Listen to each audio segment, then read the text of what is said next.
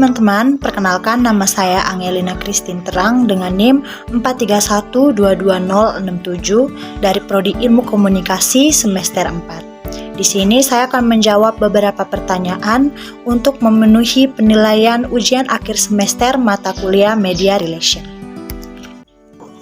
Pertanyaan nomor 1, berikan pemahamanmu terkait pentingnya memahami dimensi teknis media relation dalam praktik menjalin hubungan yang baik dengan media. Media relation merupakan bentuk strategi komunikasi seorang public relation profesional dalam menjaga hubungan dengan media. Menjalin dan mempertahankan hubungan baik dengan media amatlah penting bagi seorang public relation. Sebab media adalah sarana publikasi di mana segala informasi tentang perusahaan disalurkan. Selain itu, media juga merupakan sarana untuk membangun reputasi. Melalui media, reputasi perusahaan terbangun.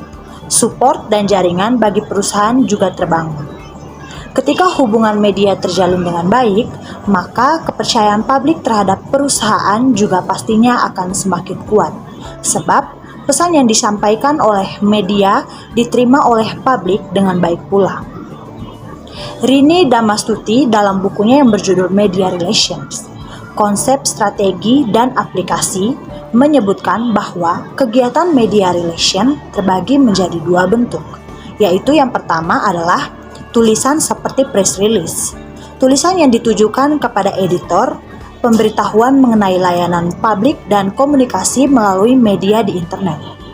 Yang kedua adalah dengan menggelar suatu kegiatan atau acara, contohnya dengan menggunakan media gathering atau media relation yang dibuat oleh seorang praktisi PR. Press call yang dilakukan untuk menyampaikan informasi melalui telepon, media events seperti undangan bagi media untuk menjadi sponsor dalam suatu kegiatan, kemudian tentunya adalah konferensi pers dengan media. Media relations adalah upaya yang dilakukan oleh seorang praktisi PR untuk membangun dan memelihara hubungan yang positif dan produktif dengan sebuah media yang bertujuan untuk menyalurkan informasi terbaru dari suatu perusahaan, lalu mempengaruhi perilaku publik dan juga membangun kredibilitas ataupun kepercayaan suatu perusahaan terhadap publik. Pertanyaan nomor 2, perencanaan dan pelaksanaan kegiatan media relation meliputi 3 bagian penting. Sebutkan dan berikan contoh. Yang pertama adalah tahap perencanaan. Perencanaan dapat dibuat dalam jangka pendek, menengah, maupun jangka panjang. Dalam perencanaan harus diperhatikan sumber daya baik manusia maupun finansial. Tahap perencanaan dimulai dengan melakukan analisis lingkungan internal organisasi. Hal ini dapat dimulai dengan melakukan pemeriksaan visi dan juga misi organisasi yang juga akan menjadi filosofi media relation. Perencanaan juga harus diselaraskan dengan tujuan organisasi. Tahap yang kedua adalah implementasi dalam media relation. Meskipun telah dilakukan penyusunan rencanaan, dalam proses implementasi harus menjadi catatan terbuka di mana implementasi dapat diperbaiki dan disempurnakan. Salah satu hal penting dalam prosesnya ialah melakukan monitoring atau laporan tertulis secara harian yang dapat digunakan untuk melihat perkembangan dalam pencapaian tujuan program. Tahap yang terakhir adalah evaluasi. Tahap evaluasi dalam proses media relation merupakan keharusan untuk mengukur bagaimana efektivitas program dalam mencapai tujuan yang diinginkan. Proses evaluasi juga dapat menentukan apakah program akan dilanjutkan atau diberhentikan.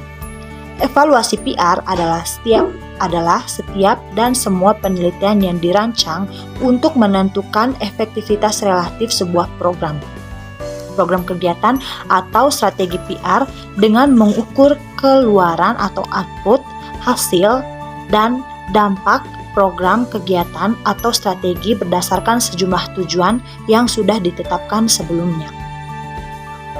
Contoh dari perencanaan dan pelaksanaan kegiatan yang meliputi bagian penting dari kegiatan media relation, misalnya sebuah perusahaan ingin melaksanakan kegiatan event dalam rangka menyambut tahun baru. Tentunya, hal yang dilakukan oleh sebuah perusahaan adalah terlebih dahulu membuat suatu perencanaan agar acara yang diselenggarakan dapat terselenggara dengan baik. Lalu, seorang humas bertugas untuk menginformasikan kegiatan tersebut kepada publik dengan menggunakan media seperti TikTok ataupun Instagram yang dapat dijangkau oleh masyarakat, sehingga informasi yang disebarluaskan kepada masyarakat melalui media dapat diketahui oleh publik. Dan tentunya dari informasi tersebut akan ada respon yang baik pula dari publik untuk mengikuti kegiatan event tersebut yang diadakan oleh suatu perusahaan.